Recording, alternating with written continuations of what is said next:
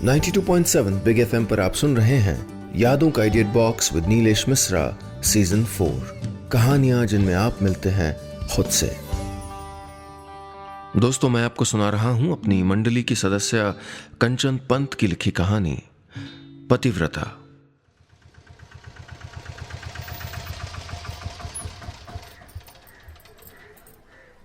काठ की कोठी जिस वक्त मैं पहुंची वैसे ही काफी देर हो चुकी थी। जो रिश्तेदार आ सकते थे वो ज़्यादातर आ ही गए थे। रामपुर वाली ताई जी, नैनीताल वाले मामा जी, पिथौरागढ़ वाली बुआ, मले घर के ताऊ जी, बस लोकेश दा ही नहीं दिख रहे थे। सुना तो यही था कि खबर मिलते ही दिल्ली से चल पड़े थे। गमी का माहौल था, फिर भी मुझे देख के बहुतों की निगाहें चौड़ी हो गईं। बहुतों के माथे पे शिकन आ गई। बेहयाई और बेफरमानी की कई ट्रॉफियां जीतने के बाद भी मैं जिस तरह निर्लज्ज होकर उनके सामने आई थी वो पचा नहीं पा रहे थे। लोगों को जैसे मेरी बेशर्मी का भरोसा ना हो रहा हो। पता था कि मेरा आना अगले कई दिनों तक पारिवारिक बैठकों में पंचायत का कारण बनेगा, लेकिन ये भी जानती थी कि ऐसे माहौल में मुझको धक्के दे के कोई नहीं निकालेगा। वैसे भी मैं यहाँ इन सब के लिए नहीं, सिर्फ अपनी ताई जी के लिए आई थी। फिर इस घर से मेरा रिश्ता तोड़ने वाले ताऊ जी ही अब नहीं रहे थे। आस पड़ोस की औरतों से घिरी चाची एक कोने में बैठी रोने के मारे बही जा रही नाक सुड़क रही थी और मर्द उदासी का आवरण ओढ़े उनके अंतिम सफर की तैयारी कर रहे थे।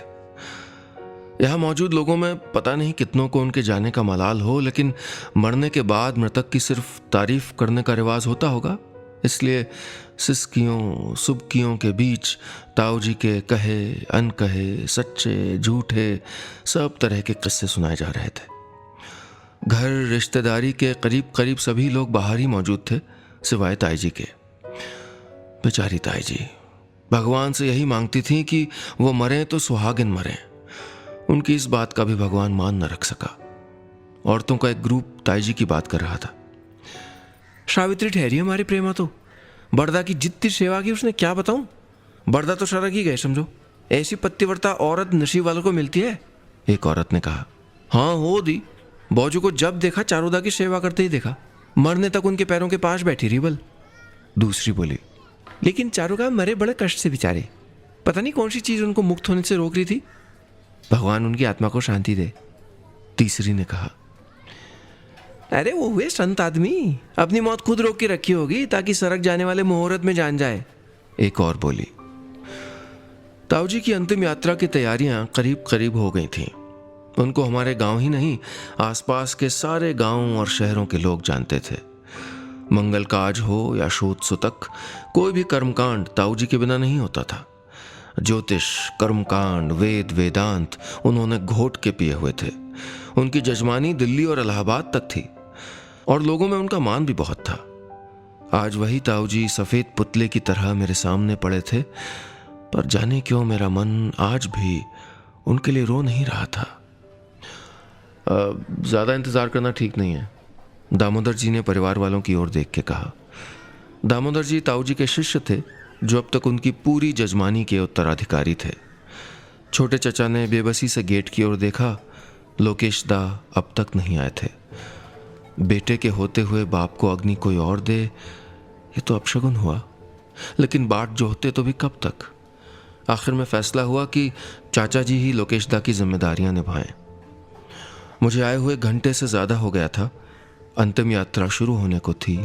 सब लोग बाहर मौजूद थे, सिर्फ ताई जी का ही कुछ पता नहीं था।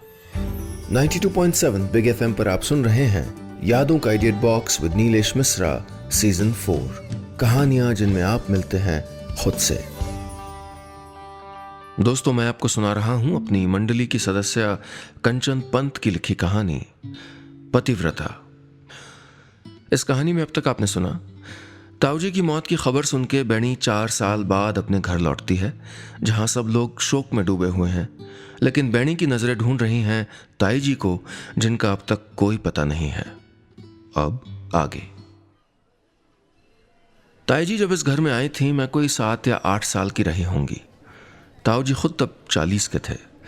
अपने भाइयों और अपने परिवार को पालने के लिए कई साल पहले उन्होंने शादी ना करने का फैसला किया था। और अब उनकी महानता ये थी कि शादी करके वो एक गरीब घर की बेटी का भला करने जा रहे थे। झक सफ़ेद कुर्ता, हरे बॉर्डर वाला सफ़ेद शॉल, मेहंदी से रंगे लाल सफ़ेद बाल, बड़े से तांबई माथे पे चमकता लाल टीका। ताऊजी के पूरे व्यक्तित्व में ठसक थी। उनका विशालकाय शरीर चंदन की तरह महकता था। ये शायद उस इत्र की शीशी का कमाल था जो वो कलकत्ता से मंगाते थे और जिसे लाख सर फोड़ने के बाद भी मैं कभी नहीं ढूंढ पाई थी। वो भीड़ में अलग ही नजर आते थे, इसलिए उनका मान भी था शायद। उनके शिष्य और भक्त कहते थे कि ताऊजी की जबान में सरस्वती का वास है। उनके जितनी सटीक भविष्यवाणी इस जमाने में कोई नहीं कर सकता। और दिल देखो, भाइयों के बच्चे के लिए कौन इतनी तपस्या करता है।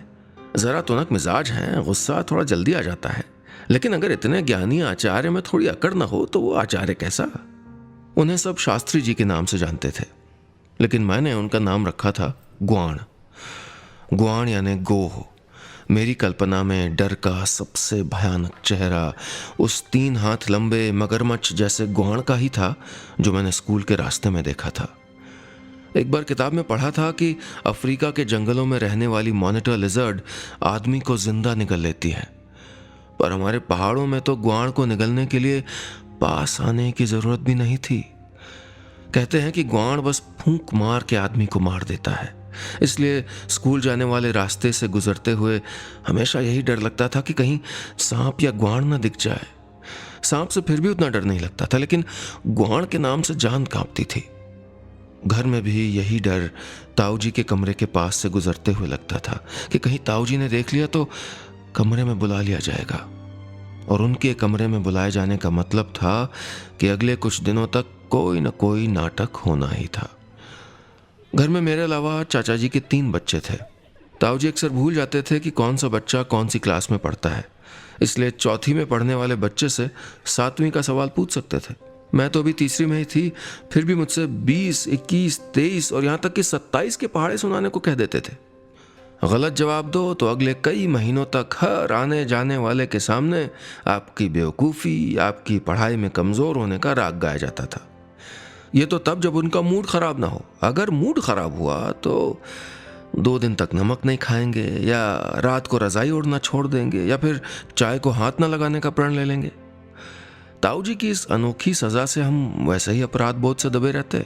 उस पे दादी, चाचा, चाची हमसे ऐसे बर्ताव करते जैसे हम कोई कत्ल करके आए हों। घर में जिसकी गलती से भी ताऊजी ऐसे अनाप शनाप व्रत लेते थे, वो उनके मान जाने तक पूरे घर का अपराधी बन जाता था। सबके दिल में उनकी इज्जत और घर में उनकी जो हैसियत थी, ताऊजी उसका मन भर के फायदा उठाते थे। दादी बेचारी दादाजी की दूसरी पत्नी होने के कारण अपराध बोध से दबी रहती थी। ताऊजी की सबसे ज़्यादा जी हुजूरी वही करती थी, क्योंकि उनको नाराज़ करके वो अपना बुढ़ापा ख़राब नहीं करना चाहती थी।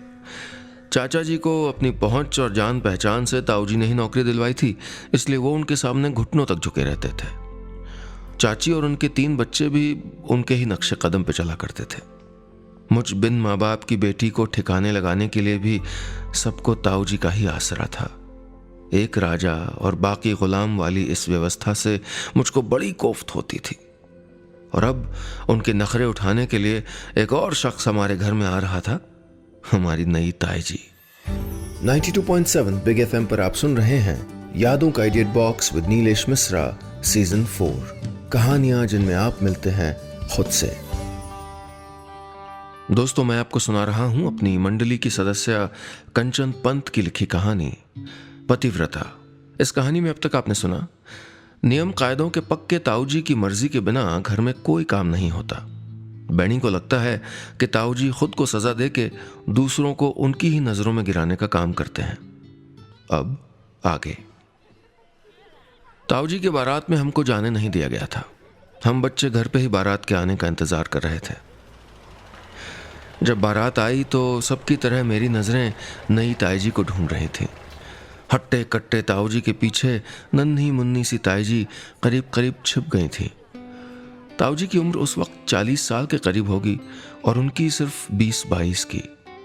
सिंदूर की गहरी रेखा लगाए, माथे पे बड़ी सी लाल बिंदी लगाए, लाल पीली ओढ़नी में सर झुकाए खड़ी ताई जी मेरे लिए कौतूहल बनी हुई थी। मेरी नजरें उनसे हटती ही नहीं थीं, खास तौर पे उनकी चमचमाती ओढ़नी से। शादी की सारी रस्में हो जाने के बाद ताईजी को घर के सब लोगों से मिलवाया गया। उन्होंने मुझको खींच के अपनी गोद में बिठा लिया। उनके गहनों और कपड़ों की सरसराहट बड़ी भली सी लग रही थी। उससे भी ज्यादा भली थी उनके शरीर से आती इत्र की खुशबू। मेरा दिल ही नहीं चाह रहा था उनकी गोद से उतरने को।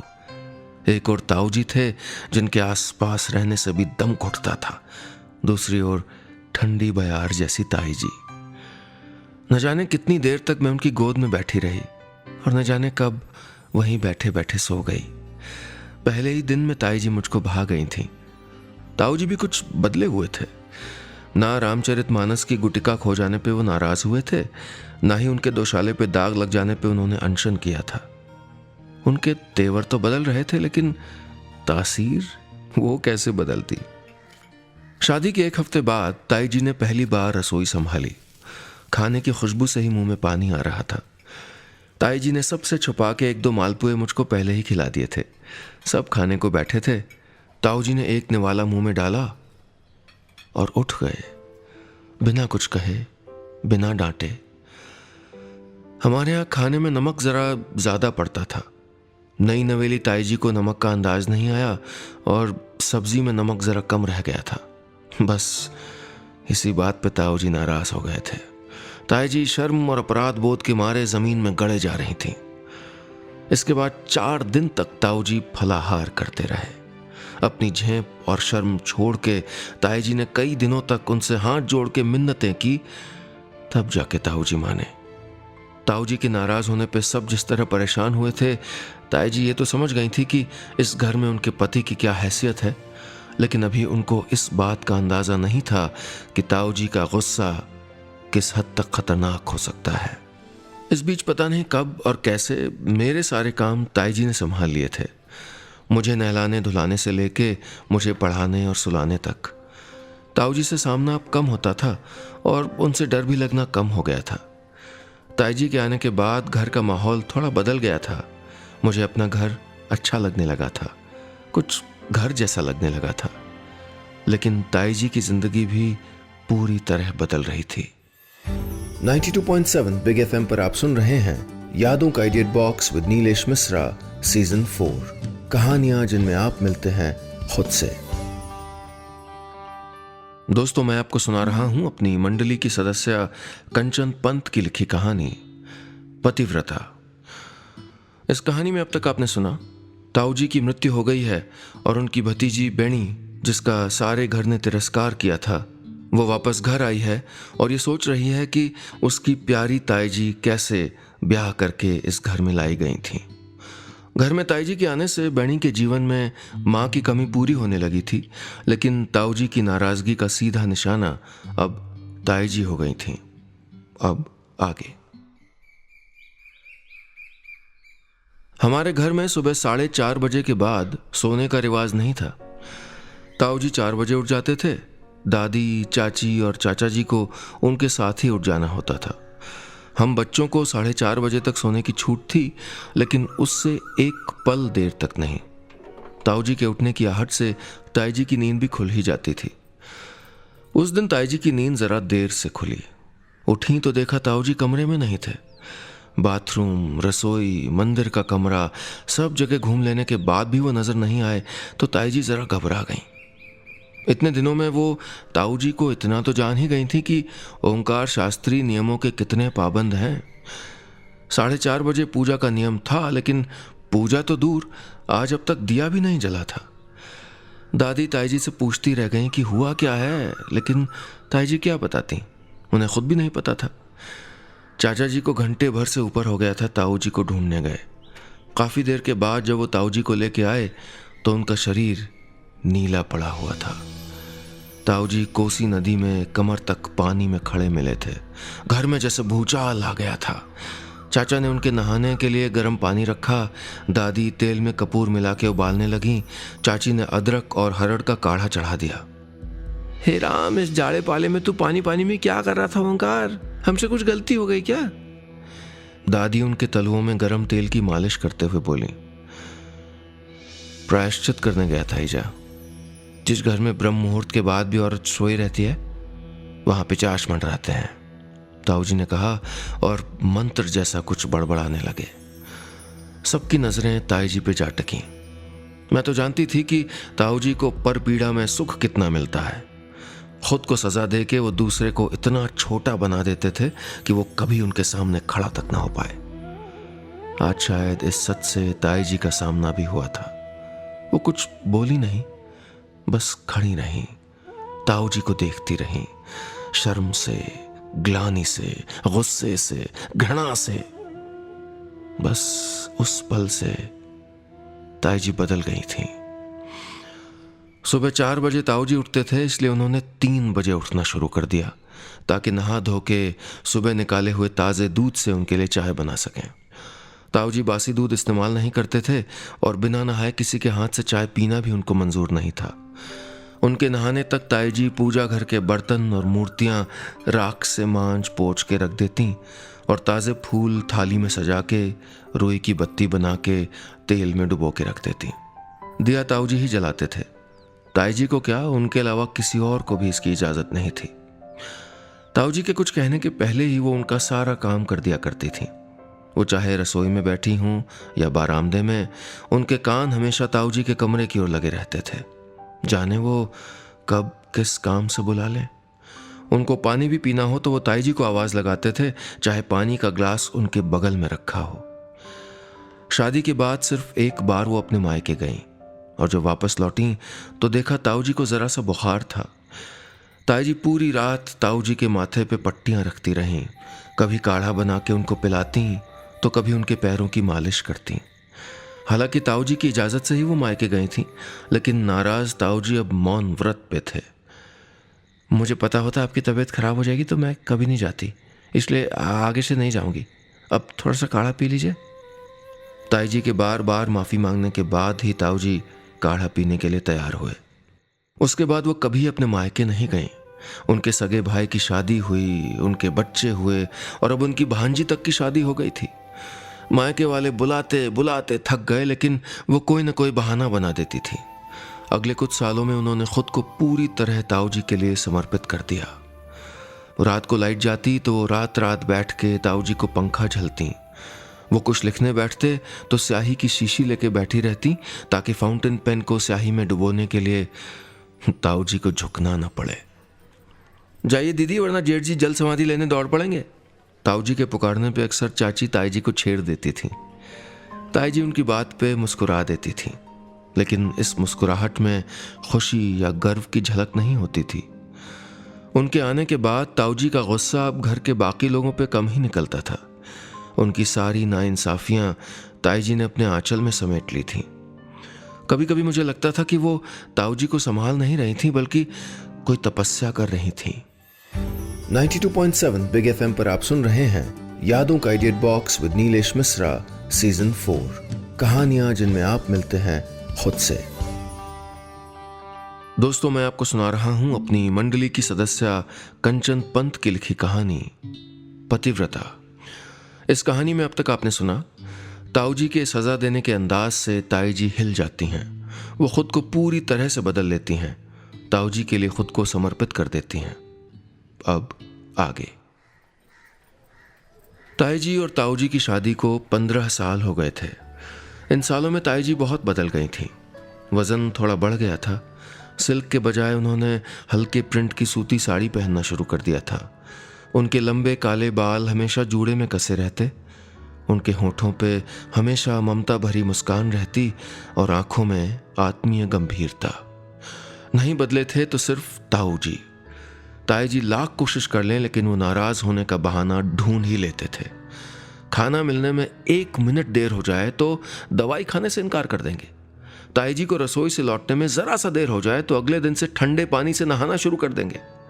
पता नहीं कैसा सुख था जो उनको दूसरों को तकलीफ में देख के मिलता था।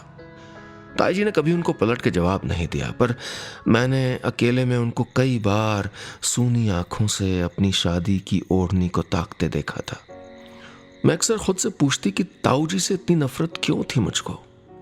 मेरे हर सवाल का जवाब ताई जी की उन आंखों के पास था जो कई साल पहले मैंने तब देखी थी जब ताऊ जी उनको सजा देने के लिए बर्फीली कोसी नदी में जाके खड़े हो गए थे। उनकी आंखों में उस दिन क्या था, इसका जवाब मुझे अब तक नहीं मिला था। मैं एक बार ताऊ जी से पूछना चाहती थी कि क्या इस पूरी जिंदगी में उन्होंने एक बार भी ताई जी के मन को पढ़ा है? क्या एक बार के लिए उनको ताई जी की खुशी का ख्याल आया है? पर कभी नहीं पूछ पाई। ताऊ जी के अनशन और भूख हड़ताल के बावजूद मैं दिल्ली में नौकरी करने लगी थी। वो अब मुझसे बात नहीं करते थे और जब मैं छुट्टियों में घर आती तो मौन व्रत ले लेते। ताई जी को मेरी वजह से बहुत कुछ झेलना पड़ा, लेकिन उन्होंने ही मुझको कसम दी थी कि मैं हमेशा अपने दिल की सुनूंगी। जब छुट्टियों में घर आती तो कभी कभी मैं देर तक उनके चेहरे को देखती रह जाती। ऐसे क्या देख रही बेणी? ताई जी पूछती, पर मैं जवाब देने के बजाय उनकी गोद में सर रख देती और ताई जी मेरे बालों पे हाथ फेरने लगती। ताई जी आप खुश हो? एक दिन मैंने पूछ ही लिया। ऐसा क्यों पूछा तूने? मेरे सवाल को सुन के ताई जी न चौंकी न ही उन्होंने मेरे बाल सहलाना बंद किया। ऐसे ही। पर आपने बताया नहीं ताई जी। मैं उठ के बैठ गई। ये बिंदी देख रही बेणी? ताई जी ने अपने माथे पे लगी लाल रंग की बड़ी सी बिंदी की ओर इशारा किया। मेरा सारा शौक इस बिंदी के दायरे में सिमटा हुआ है। जब तक ये बिंदी मेरे माथे पे है मैं खुश हूं। ताई जी ने बहुत ठहरी हुई आवाज में कहा। उनकी आवाज में न तो कोई कसक थी न समझौता कर लेने की बू। बहुत कोशिश करने के बाद भी उनकी आंखों में ताऊ जी के लिए कोई शिकायत नहीं ढूंढ पाई। अच्छा आओ, आज मैं आपके बालों में तेल लगाती हूं। मैंने ताई जी का सर अपनी गोद में रख लिया। आपकी आंखों के नीचे देखो कितने काले घेरे हो गए ताई जी। क्या जरूरत है इतनी रात तक जगे रहने की? मैंने लाड़ से उनको डांटा। ताई जी यूं तो हमेशा कम ही सोती थीं, लेकिन आजकल मैं देख रही थी कि वो रात को और देर तक जागी रहती। कभी किताबों में खोई रहती तो कभी रामचरितमानस के दोहे पढ़ती रहती। अरे बड़ी सो के क्या करना है? ताई जी ने अनिच्छा से कहा। पर ताई जी सोएंगी नहीं तो आपकी तबीयत खराब हो जाएगी। आपको क्या लगता है कि ताऊ जी तब आपकी सेवा करेंगे? मैंने कड़वा मुंह बना के कहा। उनसे सेवा करा के मुझे नरक जाना है क्या? और तू मेरी नींद की चिंता मत कर बहनी, देखना एक दिन मैं गहरी नींद सोऊंगी। कोई ढोल भी बजाएगा तो भी तब उठूंगी जब मेरी नींद पूरी हो जाएगी। लेकिन वो एक दिन उनकी जिंदगी में कभी नहीं आया और अब तो उनका चैन हमेशा के लिए सो ही गया था। 92.7 बिग एफएम पर आप सुन रहे हैं यादों का edit box with Nilesh Mishra season 4, कहानियां जिनमें आप मिलते हैं खुद से।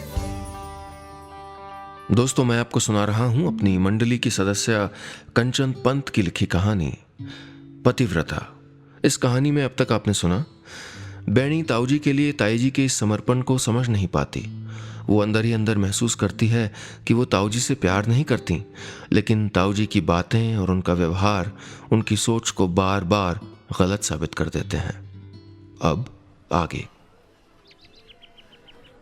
मुझे जिंदगी में ताई जी ने क्या क्या दिया इसका हिसाब तक मेरे पास नहीं है। माँ के आंचल की छाया, प्यार और अपनेपन से भरा बचपन, सुकून भरी नींद, अमन से शादी करने की हिम्मत भी ताई जी ने ही तो दी थी मुझे, लेकिन ताऊ जी ने मुझे इसके लिए कभी माफ नहीं किया। सुना था मुझे घर से निकालने के बाद वो जमाने भर में मेरी बेहयाई के किस्से सुनाते रहे थे। उनकी वजह से घर में सबको मुझसे रिश्ता तोड़ना पड़ा था, पर ताई जी का मेरे साथ रिश्ता वो नहीं तोड़ पाए होंगे, इसका मुझे भरोसा था।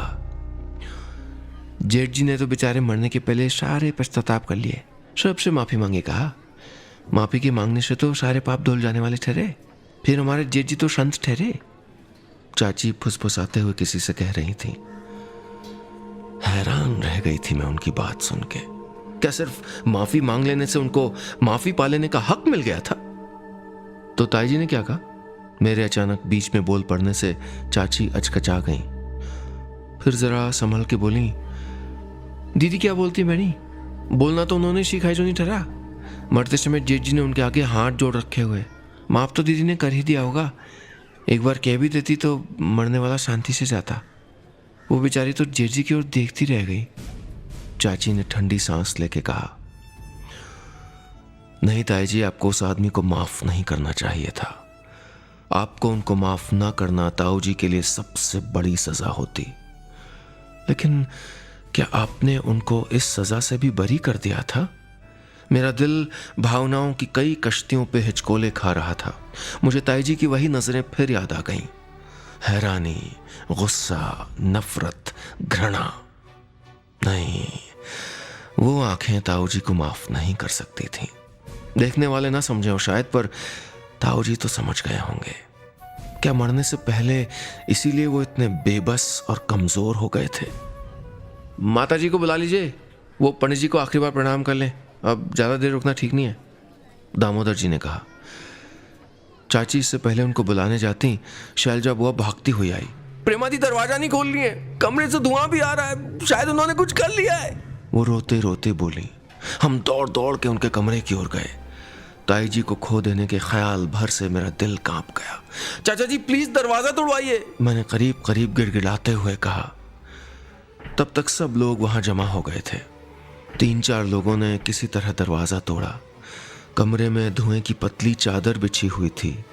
चारपाई से थोड़ी दूर ताई जी की शादी वाला दुपट्टा, उनका पिछौड़ा धीरे धीरे सुलग रहा था और बिस्तर पे ताई जी अपने हाथों को तकिया बनाए, घुटने मोड़े, बहुत सुकून से सो रही थीं। नहीं माफ किया था उन्होंने अपने पति को। बस इतनी सी थी ये कहानी। दोस्तों कहीं जाइएगा नहीं, क्योंकि थोड़ी देर में वापस आता हूं लेके आपका पुराना पसंदीदा ऑडियो पोस्टकार्ड। सुनते रहिए यादों का idiot box with Nilesh Mishra season 4, कहानियां जिनमें आप मिलते हैं खुद से, सिर्फ 92.7 बिग एफएम पर।